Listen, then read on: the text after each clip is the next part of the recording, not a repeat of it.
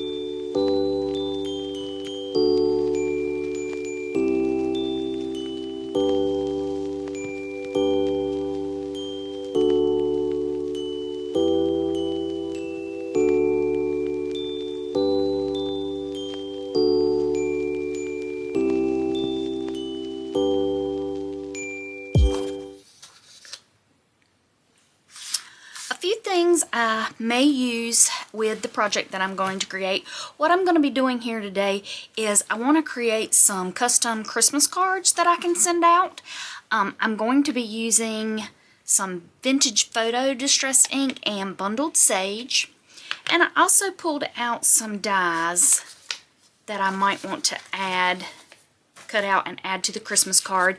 I do apologize, I don't know where these dies came from. I have gotten some through like Facebook Marketplace and secondhand sales, so I'm not sure where these came from, but I'm also going to use this Tim Holtz one of Merry and Bright, and I may use these stamps. I did get these stamps a couple of years ago. I think they were from Echo Park. They went along with a paper collection they had. Again, I don't remember the exact name of the paper collection, but the stamps went with that. And so I'm probably going to use some of these in some sentiments for inside my cards. I pre-cut my cards and scored them. I cut them at 7 by 5 so that I could fold them at 3.5 and have a folded card. And I cut all my images from the kit, and I cut them 1/4 of an inch smaller than the card front so that it would mat the card like that. And then I'm going to make my own envelopes. If you wanted to do this and you didn't have an envelope punch board, you could just grab envelopes that you could then use to go with the cards that you've made. You do not have to make your own envelopes. Even if you buy pre-made envelopes, you can still stamp or use die cuts or images to put on the envelopes to decorate them up a little bit and make them a little bit more festive. I pre-scored my cards and folded them and then inked them up with vintage photo. And now what I'm going to do is I'm going to use my stamping platform and put a sentiment inside before I attach my image to the front of the card.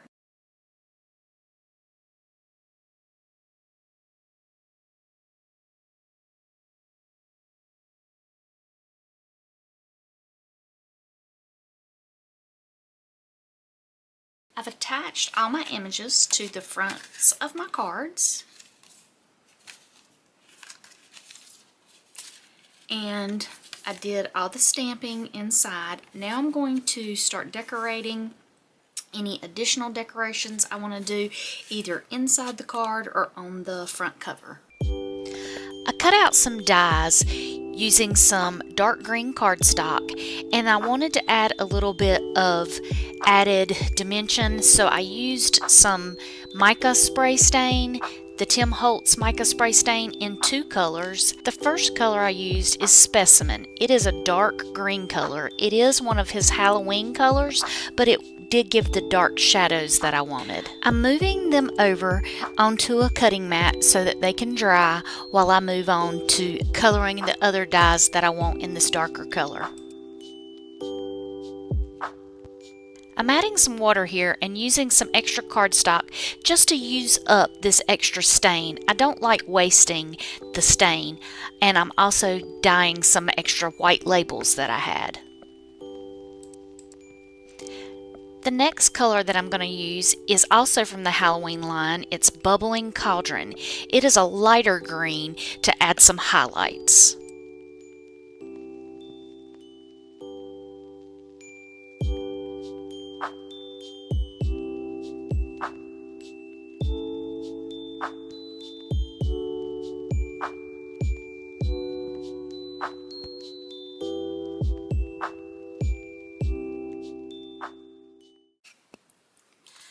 Created my cards. I did two different styles of embellishments on the inside using the fussy cuts from the kit. I cut those out and then inked them up with the vintage photo. I put a little cluster on the left hand side of the card, and that way I would have plenty of room to write in a personal message on these cards to each one of the recipients. But with the clusters, I used some die cuts that I used some mica stain on to give a little bit of added dimension. On some of them I added the neutral cheesecloth, and on some I added the layered washi tape. And I did different die cuts in various ones. Some of them have the holly leaves, just the little sprigs of leaves, or the pine boughs. I wanted to just show how you could take a kit like Stacy's and let it do the hard work for you, because these images that she has in the kit already are beautiful. You don't have to add any embellishments to them. I may come back and add some of the Tim Holtz holiday sentiment strips on some of them, just depending on who they're going to. I may not do it at all. Again, the images don't need anything else. They are perfect all on their own. So they are a great way to make your Christmas cards without having to do a whole lot of extra work.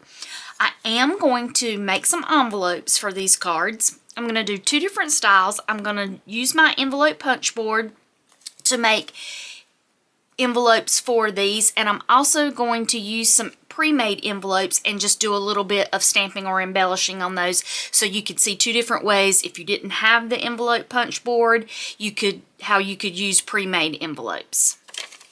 When making your custom envelopes using the envelope punch board, go by the size where you've made your card. Mine was 3.5 by 5, so I cut my paper down to 7.25 by 7.25. And what I did is I just used Stacy's background paper that she had in the kit. You can print this double-sided if you wanted the inside of your envelope to also have a pattern. I did not do that, but you could do that. So you're going to cut your paper for this size card at 7.25 by 7.25. And then you're going to line it up on the envelope punch board edge here at 3.125. And you'll just follow those measurement guides that's on the envelope punch board for whatever size card you made to make your corresponding envelope. So mine's at 3.125. So I line that up with the 3.125 mark. I punch. And then the score here, I just score that. And this might be a little hard to see on camera, so what I'm going to do is I'm going to ink this up a little bit. You don't normally pre-fold here. You just go ahead and punch out your whole envelope. but I want y'all to be able to see this on camera. So, hope you can see that a little better. So, here's my score line. So now I line that score line up with the score guide. Get that lined up. Punch again and score again.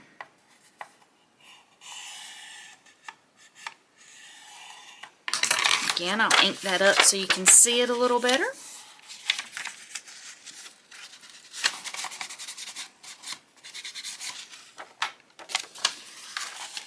You rotate it again, lining up that scored line with the score guide. Punch, score again.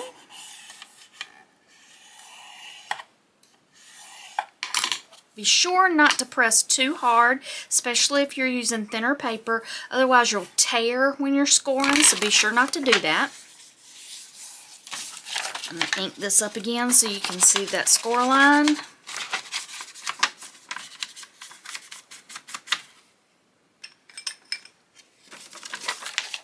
Line this last one up here.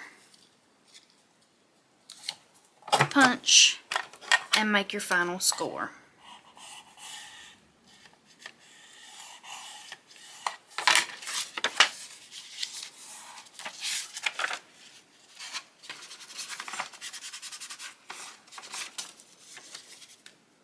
So that's formed the basic shape of your envelope.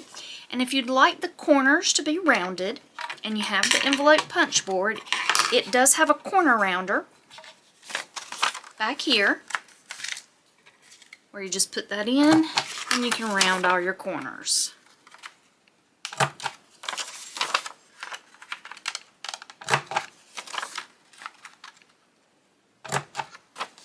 So now you've got rounded corners and the shape of your envelope. I'm going to move the punch board aside, and I'm going to go ahead and ink up the rest of the edges for this envelope,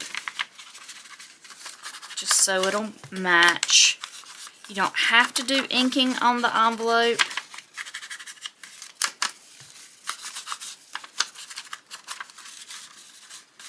But I do want it to match since I did the score lines. And then to put your envelope together, what I normally like to do is I just use my ATG gun to put some double stick tape right at the edge of these two short folds, because you can see you've got two shorter folds and then these two bigger flaps. So that's your bottom and your top, and then these are your sides. So I just put that right along the edge of these shorter flaps. Fold that in and then fold up my bottom piece. And then that gives you an envelope. You can write directly on here, or you could put a pretty label on the envelope to if you're mailing it and need bigger space for addressing. So that's how to do the custom envelopes. I did not have the exact size for these cards in a pre-made envelope, but I'm going to go ahead and show you how you can decorate these pre-made envelopes. I'm going to make mine as custom, so I didn't want to go out and just buy a pack of envelopes that I wouldn't be using. So I'm just going to use one that I already had. So what you can do is, with your embellishments, your leftover dies,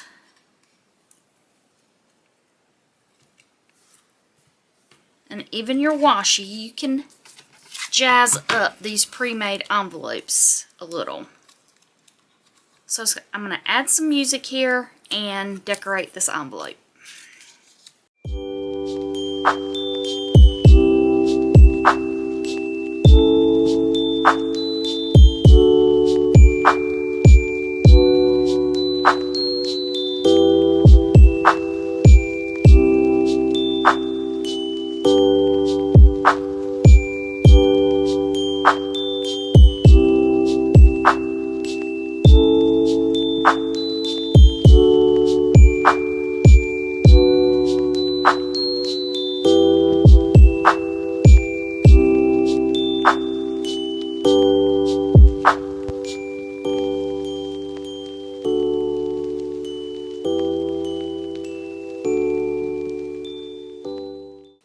you can jazz up a little pre-made envelope. You could ink this in any color to match whatever your card is, and add a little sentiment. This still gives you room to write an address and a return address if you're going to be mailing this, or if you just wanted to write someone's name if you're going to be hand delivering. So in just an afternoon, by using a kit that is beautifully created as Stacy's is, this shows you how you can create your own custom greeting cards without a lot of effort, and custom envelopes, or if you don't have the envelope punch board, you can just decorate some pre-made envelopes. I hope y'all enjoyed this little project of the custom Christmas cards. Do be sure to go over to Stacy's site, grab this kit while it's on sale. I'd love it if you join my Facebook group. I'd love to see what you're creating for Christmas, and if you decide to make your own custom Christmas cards.